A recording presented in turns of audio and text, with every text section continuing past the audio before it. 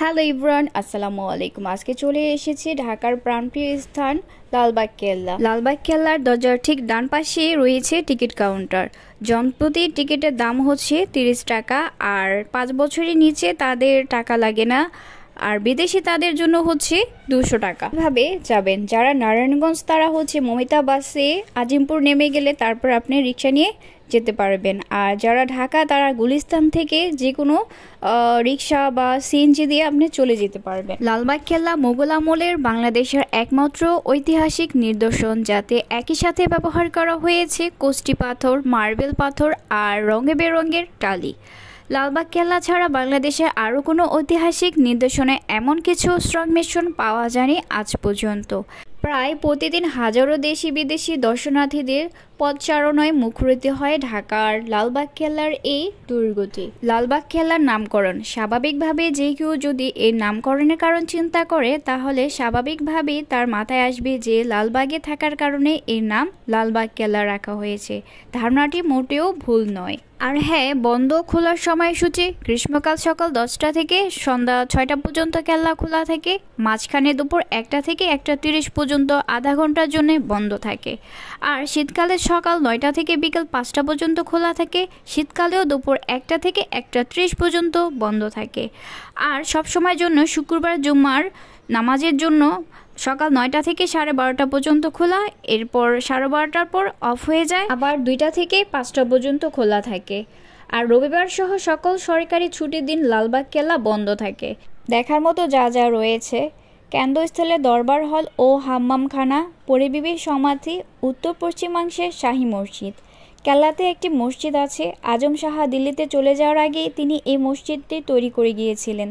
3 গম্বুজ বিশিষ্ট এই মসজিদটি যে কারো নজর কাড়তে সক্ষম। মসজিদটিতে জামায়াতে নামাজ আদায় করা হয়। ঢাকার এত পুরনো মসজিদ খুব কমই আছে। লালবাগ কেল্লাতে এখানে ওখানে বেশ কয়েকটি ফোয়ারা দেখা মিলবে, যা শুধুমাত্র কোনো বিশেষ দিনে চালু থাকে, যেমন ঈদ।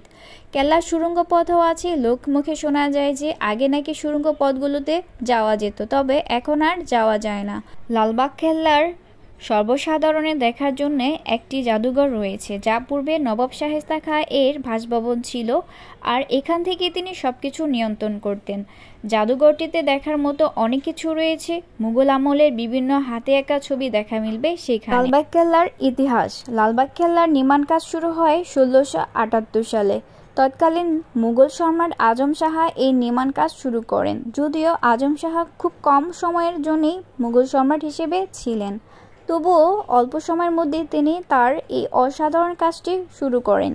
উল্লেখ্য, আজম শাহ ছিলেন মুঘল সম্রাট আওরঙ্গজেবের পুত্র আর সম্রাট শাহজাহানের নাতি, যিনি তাজমহল তৈরির জন্য বিশ্ব মহলে ব্যাপক সমাদৃত। এই দুর্গ নির্মাণের কাজ শুরু হয় প্রায় 1 বছরের মাথায়। তার বাবার ডাকে তাকে দিল্লিতে চলে যেতে হয়। সেখানকার মারাঠা বিদ্রোহ দমন করার জন্য সম্রাট আজম শাহ চলে যাওয়ার পর দুর্গ নির্মাণের কাজ সাময়িকভাবে বন্ধ হয়ে যায়। তখন এই দুর্গ নির্মাণের কাজ আদৌ সম্পূর্ণ হবে কিনা তা নিয়ে সংশয় দেখা দেয়। কিন্তু সকল জল্পনা কল্পনার অবসান ঘটিয়ে তৎকালীন নবাব শায়েস্তা খাঁ পুনরায় লালবাগ কেল্লার নির্মাণ কাজ শুরু করে দেন।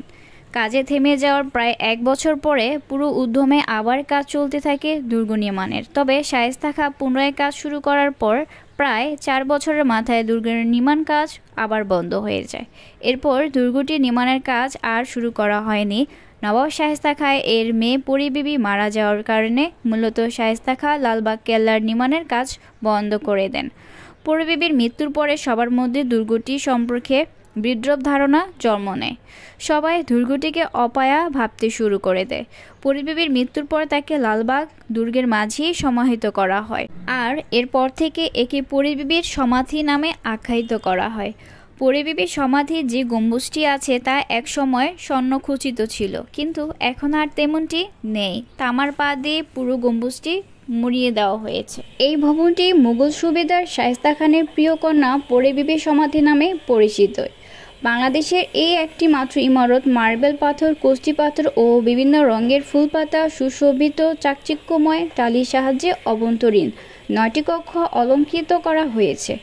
কক্ষগুলির ছাদ কষ্টি পাথরের তৈরি। মূল সমাধি স্রোতের কেন্দ্রীয় কক্ষের ওপর কৃত্রিম গম্বুজটি তামার পাত দিয়ে আচ্ছাদিত। 20.2 মিটার বর্গাকৃতির এই সমাধিটি 1688 খ্রিস্টাব্দের পূর্বে নির্মিত। তবে এখানের পরিবিবির মরদেহ বর্তমানে নেই বলে বিশেষজ্ঞের অভিমত।